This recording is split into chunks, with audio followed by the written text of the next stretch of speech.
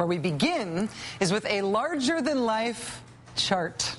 We are admittedly a little chart and graph crazy around here, and tonight is a night where we've just decided to stop fighting it and give in.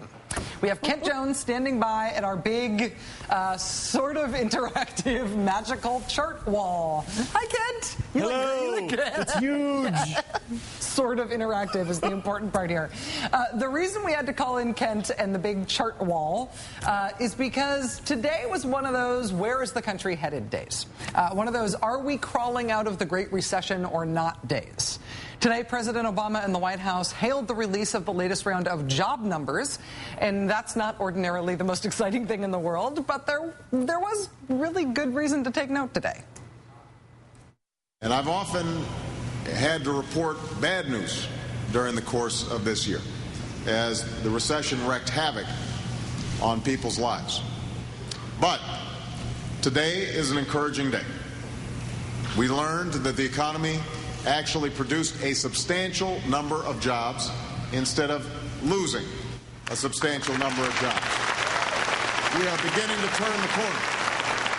We are beginning to turn the corner. The new jobs numbers out today revealed that last month, the month of March, was the single best month for jobs in the last 3 years.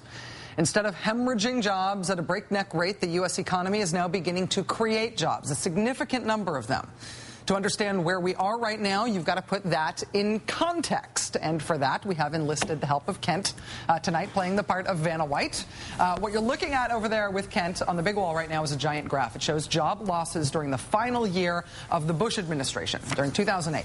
Now, as you can see there, each month of 2008 was pretty much worse than the last. In September of 2008, when the meltdown was in full effect, the U.S. economy lost about 450,000 jobs. Then in October, another 550,000 jobs. Then in November, another 730,000 jobs.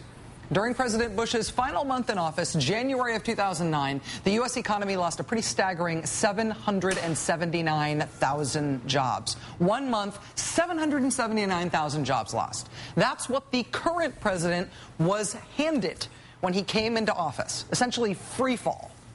What happened next? Okay, Kent, now you have to cue the Vanna White skills, big time. Ready? February 2009, another pretty bad month for jobs, more than 720,000 lost. March, same deal, another 750,000 jobs gone. Okay, now watch what happens. In April of 2009, the job losses begin to taper off. In May, the news gets a little better, the fewest number of jobs lost in 9 months. June, that trend reverses a bit, about 500,000 jobs lost that month. Then July hits, and we're going in the right direction here. 346,000 jobs lost that month. August, about 200,000 jobs lost. September and October, about the same. And, all right, this is what we've been calling the bikini graph. Because although I profess to not being able to see it, the staff of the Rachel Maddow Show insists to me that when much of America looks at this graph, what they see is a bikini bottom, sort of. I know it's weird, but Steve Bannon at WashingtonMonthly.com was the first one to start graphing the job loss numbers like this, the first Friday of each month. And we kept talking at staff meetings about the Steve Bannon first Friday of the month job loss numbers. And nobody grokked their significance at all because nobody could remember that. But when we started talking about the bikini graph, well, whoa, let's do this on every show. So, all right, bikini, yeah, thank you. All right, so back to the numbers. So something pretty notable happens in November of last year. Kent, can you put that up there? There we go.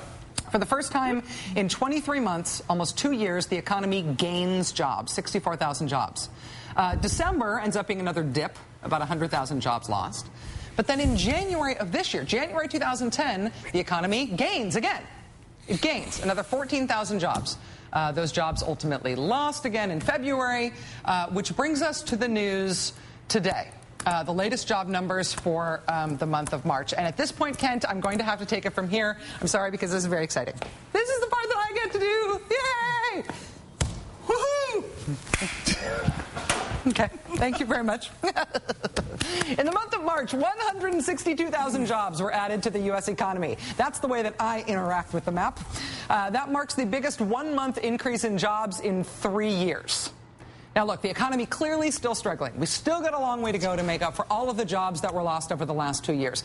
But when you look at where we were, when you look at the left hip of the bikini graph, when you realize we were losing about 700,000 jobs each month, this is a step in the right direction, right?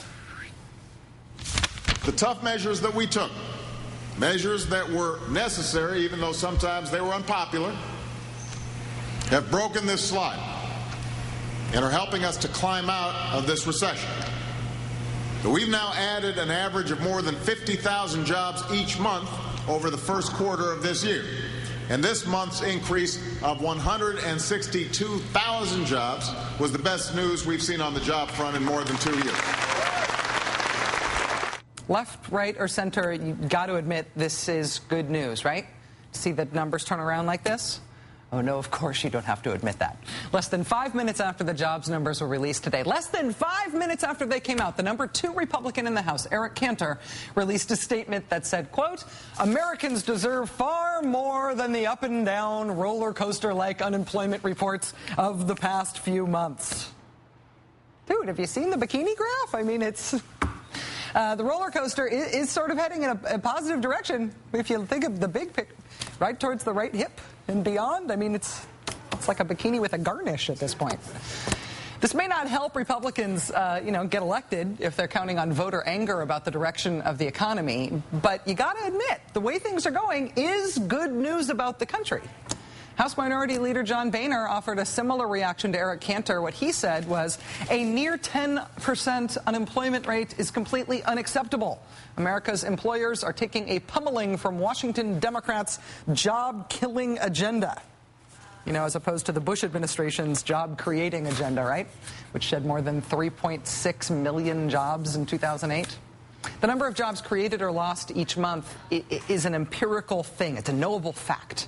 And when you look at the trend of what's happened in this country over the last year when it comes to jobs, it is pretty hard to come to a conclusion other than things are getting slightly better. It is a slow process, to be sure, and an unsteady one, but things are getting better. That's just a fact. And it's something that every American should be encouraged by. Everyone, even the ones running for office. Joining us now is Ezra Klein, staff writer for The Washington Post. Mr. Klein, thanks very much for joining us tonight. Appreciate it. Good evening. Clearly, we here at the show love the bikini graph too much. I don't see it. You don't see the bikini part? I don't see the bikini part. I've looked at this graph many times. I've been trying to figure out all day. I don't see the bikini. Yeah, I don't see it either. I'm with you. All right. The unemployment rate. John Boehner's right when he says the unemployment rate is unacceptable. It still absolutely stinks. But in the big picture, in terms of what we can say about jobs in this country, we are getting good news, aren't we? Absolutely. I mean, look, it's 162,000 jobs that they created. And one point on the unemployment rate. The unemployment rate may actually go up a bit in the next couple of months. The way we calculate that are people who are seeking jobs and can't find them. And what happens in a long recession, and we have had a long recession now, is that people stop. They get discouraged. They've been turned down from 24 applications, and they just stop. When they come back in, when they say, oh, my neighbor just got a job, maybe it's time to look again, they go into the unemployment rate where they had been erased from it before. So it's very common that you'll have very, very good job growth, and you actually have the unemployment rate tick up because people are getting optimistic enough to rejoin the economy after essentially sitting it out in discouragement. In terms of the best ways to watch how we come out of the recession and how we recover, obviously economic growth is one of the big gross measures. Job creation and job loss is one of the big gross measures. What else do you watch in terms of figuring out whether or not the economy is actually going in the right direction? Well, actually, the size of the, not the unemployment rate, but what is called sort of the labor force. It's how big the labor force is, and it tends to show you whether or not people think this is a good enough economy they can actually get a job. The other big ones are consumer sentiment, whether or not consumers essentially think this is a good economy to buy in. So there are a lot of different measures sort of across the board. You can look at the stock market, though I think that's disconnected from Main Street now in a way that begins to get a little bit worrisome. But one thing that I think we should make clear is that the issue of how good the economy is doing is not a Washington issue. It's not something you can message around really easily. Democrats can't tell you the economy is good if you got 10% unemployment come November, and Republicans can't tell you it's really bad if your neighbors are getting a job and you're seeing the unemployment numbers go down. So this one's really going to be won out based on how good the economy is for Americans come November. It's not going to be about Eric Cantor's press releases, no matter how much his message guys would like to make it so. And it is common wisdom, and it's one piece of common wisdom that I agree with, that the most important thing that's going to drive the election in November, or any election, is the unemployment rate, how people are feeling about the economy at that time. Democrats definitely know that. It's not something that's a foreign concept to people in Washington. As the governing party with big majorities right now, what are the Democrats going to try to do between now and November to keep being seen to be making progress on the economy and on jobs specifically? Well, what you're going to be seeing out of the Senate in particular, aside from showing the bikini graph a lot, what you're going to be seeing out of the Senate in particular is back in December,